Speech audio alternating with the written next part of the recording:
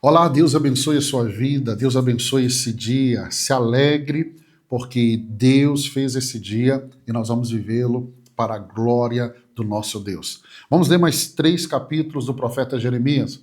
Hoje, capítulo 25, 26 e o capítulo 27.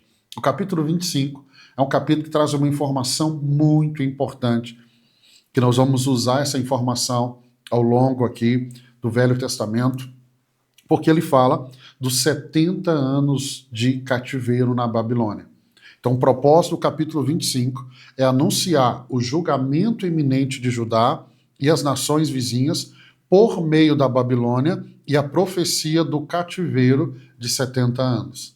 Então, o capítulo 25, ele é um marco importante no ministério profético, pois ele profetiza claramente sobre o cativeiro da Babilônia. Na profecia, nem sempre a profecia vem com tanta clareza como veio aqui no capítulo 25. Deus, através de Jeremias, ele vai repreender o povo de Judá por não ouvirem os profetas enviados. Não é ouvir apenas Jeremias, é todos os profetas enviados a eles durante 23 anos e anunciar que por causa da persistência na desobediência e na idolatria, o rei Nabucodonosor, que é o rei da Babilônia, do império que está se levantando, e até aquele momento nunca houve um império como o da Babilônia, ele vai se levantar agora como instrumento de Deus para trazer julgamento sobre Judá e todas as nações ao redor. Do verso 1 até o verso 11, o que nós vemos aqui é Deus trazendo esse entendimento. O juízo chegou, porque vocês não tiraram a idolatria, não tiraram a injustiça social, continuaram a derramar sangue, mentiram, ou seja, não houve arrependimento, apesar de Deus ter enviado Jeremias e tantos outros profetas. Ou seja, quando o juízo de Deus vem, tenha convicção que Deus deu 1, 2, 3, 4. Deus não é Deus só de uma oportunidade, só de uma segunda oportunidade. Deus vai falando, vai dando sinais, vai usando pessoas, vai usando profeta, uso de perto, uso de longe. Mas muitas vezes os ouvidos estão tampados e os olhos cegos. Ou nós não queremos ouvir. Nós entendemos, sabemos que precisamos mudar, mas permanecemos no erro. E aí só existe um caminho, que é o caminho da disciplina. E o juízo de Deus para a nação de Israel aqui é uma disciplina. E aí, do verso 12 ao verso 14, agora Jeremias, ele profetiza que Judá servirá ao rei da Babilônia 70 anos, após os quais Deus punirá a Babilônia por suas iniquidades. Não tem como eu te mostrar isso aqui, eu vou dar uma dica, você que gosta de pesquisar. A Bíblia estabeleceu o período do descanso, a Bíblia estabeleceu o período do jubileu, ou seja, havia um período onde a terra deveria ficar em descanso. Isso era uma lei, está lá em Levítico, a terra deveria estar em descanso. Mas o que vemos? Vemos que Israel, com o passar do tempo, não seguiu essa orientação. Talvez a pergunta que você faça é, por que 70 anos? Por que não 50? Por que não menos? Por que não mais? Se você fizer um estudo detalhado, não é fácil, fizer um estudo detalhado, você vai perceber que o tempo que Israel não deixou a terra descansar, a soma de todo esse tempo, desde o momento que ela entrou na terra prometida, até esse momento, foram de 70 anos. Então, o juízo de Deus de 70 anos não foi aleatório. A terra deveria ter descansado. Por que eu estou te ensinando isso? E é algo, às vezes, difícil, só para quem realmente estuda esses detalhes, porque é somente para te dizer algo. Todo princípio que nós quebrarmos, ele nos quebrará. Então, quando a Bíblia estabelece um princípio, quando a Bíblia determina e nós deixamos de fazer, de Deus não se zomba. O que o homem semear, ele vai colher. A conta chega. E a conta chegou para Israel. E aí esses 70 anos, ali na Babilônia, e Deus promete que após os 70 anos, Deus punirá a Babilônia por suas iniquidades. Então, quando Deus, escute isso, quando Deus usa a Babilônia para disciplinar o seu povo e as nações em volta, Deus não estava aplaudindo os erros da Babilônia. Não. Tanto que Deus está dizendo, depois de 70 anos, a conta vai chegar também para a Babilônia. Então olhe para mim, olhe para mim. Quando você vê alguém fazendo algo errado e aparentemente ele está dando certo, ei, a conta chega. O que o homem planta, ele colhe. O que o homem planta, ele colhe. E aí o capítulo vai terminar com Jeremias recebendo uma visão da ira de Deus sendo derramada sobre todas as nações, representada por uma taça de vinho, da qual as nações serão forçadas a beber, resultando em destruição e desolação. Essa expressão aqui do cálice da ira de Deus, dessa taça, nós vemos isso lá em Gênesis, quando Deus deu o entendimento para Abraão, que o seu povo, seus descendentes, ficariam um tempo como escravo, 400 anos no Egito, até que a taça da ira de Deus se completasse sobre os moradores daquela terra que era Canaã. Nós vemos isso se repetindo aqui, nós vamos ver isso se repetindo lá em Apocalipse. É uma mensagem clara. Deus é longânimo, o estupim de Deus é longo, mas essa taça da ira de Deus ela vai enchendo, e quando ela está completa, Deus vai manifestar juízo. É por isso que às vezes você vê as pessoas fazendo tantas coisas erradas, você fala assim, Deus vai cobrar quando? A taça ainda não encheu, mas quando ela encher, o juízo de Deus chegará. Daniel capítulo 9, verso 2, Daniel menciona a profecia de Jeremias dos 70 anos de cativeiro. Então, quando ele está buscando a Deus em oração pelo fim do exílio, provavelmente lendo aquilo que Jeremias escreveu, ele vai lembrar, opa, são 70 anos, e a oração dele vai ser em cima do que Deus falou.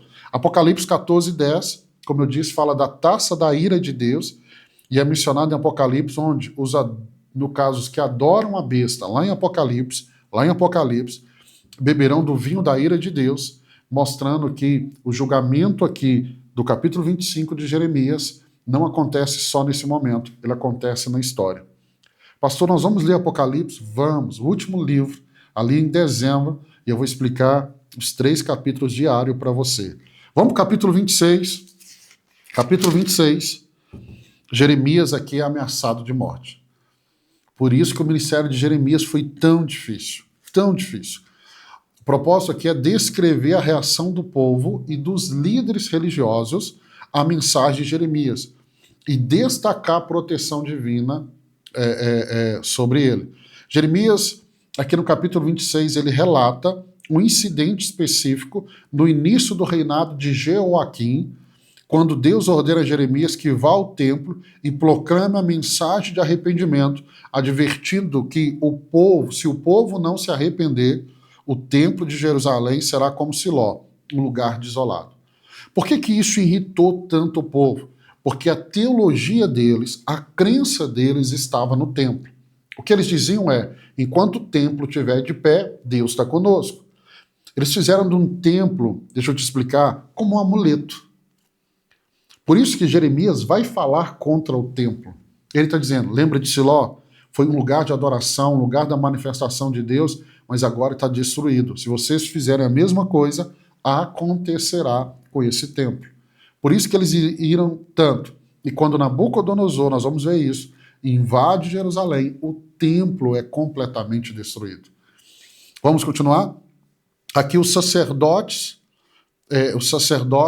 profetas de todo o povo, que ouviram essa mensagem de Jeremias, agarram Jeremias e exigem a sua morte, alegando que Jeremias proferiu palavras contra o templo e a cidade. Então você vê que os religiosos é o que estão pedindo a morte de Jeremias. Pastor, isso parece com Jesus. Você vai lembrar que aqui em Jeremias eu disse para você. Quando Jesus está caminhando com os discípulos, Jesus pergunta assim, quem o povo diz que eu sou? E aí eles dizem, uns dizem que o Senhor é Jeremias. Por quê? Porque o ministério de Jesus parece muito com Jeremias. Ele pregou contra o templo, ele pregou sobre arrependimento. O povo ali escolheu Barrabás e condenou Jesus à morte. Por quê? Porque a Bíblia é muito clara, e Paulo vai dizer isso em Timóteo, que nos últimos dias nós viveremos tempo onde as pessoas elas querem escolher qual mensagem elas querem ouvir. Elas não querem uma mensagem de arrependimento. Elas querem uma mensagem que fala que elas vão dar certo, mesmo cometendo e praticando os erros que elas estão cometendo. Então nós temos que entender que o nosso tempo não é diferente do tempo de Jeremias. E aqui nós vamos ver os príncipes de Judá, que ao saberem disso, vêm ao templo para julgar o caso. Jeremias, ele se defende, afirmando que falou o que Deus lhe ordenou e exorta o povo a se arrepender para evitar o desastre. E aí, nós vamos ver que do verso 16 ao verso 19, alguns dos anciões lembram a história de Miqueias, que também profetizou contra Jerusalém no templo ali de Ezequias, do rei Ezequias. E como Ezequias não o matou, mas ouviu a mensagem, isso faz com que os príncipes decidam poupar a vida de Jeremias. Ou seja, eles estão decididos a matar, mas quando eles ouvem os anciões, e a palavra dos anciões ela é muito forte, nesse contexto bíblico, os mais velhos são os principais líderes, eles vão lembrar, ei, ele não é o primeiro a falar isso. Então, tome muito cuidado, porque Ezequias ouviu também da boca de Miqueias e ele não levantou a mão contra Miqueias. E aí esse capítulo termina com um profeta chamado Urias, que profetizou mensagem semelhante, e ele é morto por ordem do rei Jeoaquim. Verso 20, 23, deixa eu ler isso aqui para você. Outro homem que profetizou em nome do Senhor foi Urias, filho de Semaias, de Kiriat-Jearim. Ele profetizou contra essa cidade, contra essa terra, as mesmas coisas anunciadas por Jeremias. Quando o rei Joaquim, todos os seus homens de guerra e os seus oficiais ouviram isso, o rei procurou matá-lo. Sabendo disso, Urias teve medo e fugiu para o Egito.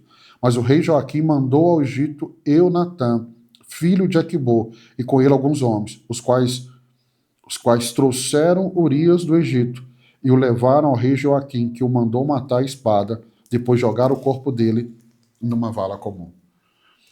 Eu estou lendo isso aqui para te ensinar algo também muito poderoso.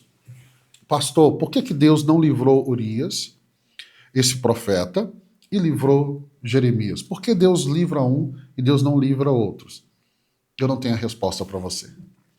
Talvez teologicamente a maneira mais próxima assim de te explicar isso é que tem a ver com o propósito, com o que Deus ainda tem para essa pessoa.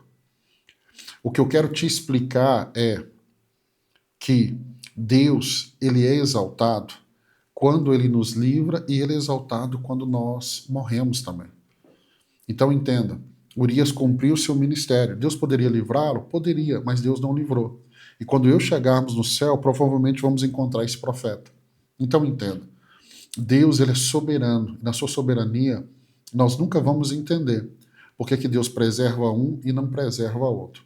Eu acredito, e aí pegando uma linha teológica dos reformadores, tem muito mais a ver com o fato de Deus predestinar ministerialmente algumas pessoas. Ou seja, Jeremias ainda tinha um ministério, algo muito importante para ser feito ali naquela nação. E aí, terminando aqui, nós vamos ver que Jeremias é protegido por Aicão, filho de Zafá, e sua vida é poupada. Então, levanta ali, né, Aicão, e ele protege Jeremias. Vamos para o capítulo 27? Propósito do capítulo 27 é advertir as nações, incluindo Judá, sobre a soberania de Deus, ao entregar o domínio ao rei Nabucodonosor, e exortar a submissão para evitar a destruição. Jeremias 27, ele apresenta uma mensagem que Deus deu a Jeremias para ser enviada a diversas nações vizinhas de Judá. Interessante que Jeremias, ele não profetiza só sobre Judá, mas sobre as nações vizinhas também. E aí Deus ordena que Jeremias faça um jugo de madeira e o coloque em seu pescoço, como um sinal profético, e que envie jugo semelhante aos reis de Edom, Moabe, Amon, Tiro e Sidom, advertindo-os de que Deus deu todas as terras ao rei Nabucodonosor da Babilônia. O ministério profético, eu sou muito apaixonado porque Deus não só entregava uma mensagem, um oráculo, mas muitas vezes Deus fazia assim, de uma forma tão lúdica, e no caso aqui, nós vemos na vida de Jeremias. Como vimos no livro anterior, Isaías, Deus fazendo também a mesma forma. E aí nós temos aqui, né, Deus instrui Jeremias a dizer que esses reis, que se eles submeterem ao jugo da Babilônia, eles viverão. Se eles resistirem, serão destruídos.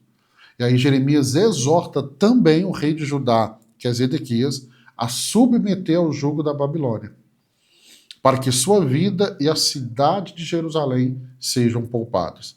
E aí, do verso 16 até o verso 22, finalizando esse capítulo, Deus adverte contra os falsos profetas, que dizem que os utensílios do templo serão devolvidos rapidamente, afirmando que esses profetas mentem e que o castigo será logo. Então, enquanto Jeremias está profetizando em nome de Deus, nós temos falsos profetas dizendo assim, não, os utensílios vão ser liberados, vão ter paz, vai tudo dar certo. E Jeremias está dizendo assim, eles estão mentindo. Você percebe que o ministério de Jeremias não é tão fácil. Ele é uma voz no meio de tantas outras. As outras vozes estão dizendo, é tempo de paz. Jeremias está dizendo, é tempo de destruição. E para quem está ouvindo a mensagem, muitas vezes é muito mais fácil se apegar na mensagem de paz. Não, você vai ter paz, tudo vai dar certo, vai ser muito bom, do que ouvir que uma destruição está chegando. Eu quero hoje abençoar a sua vida. Amanhã, se Deus permitir, nós vamos ler mais 3 capítulos do livro de Jeremias. E aí vamos para o capítulo 28, capítulo 29 e o capítulo 30. Estamos avançando. Esse livro também é um livro grande, mas eu gosto muito do profeta Jeremias, muito mesmo. Deus abençoe sua vida. Amanhã, se Deus permitir, nós nos encontramos aqui para mais 3 capítulos. Deus te abençoe.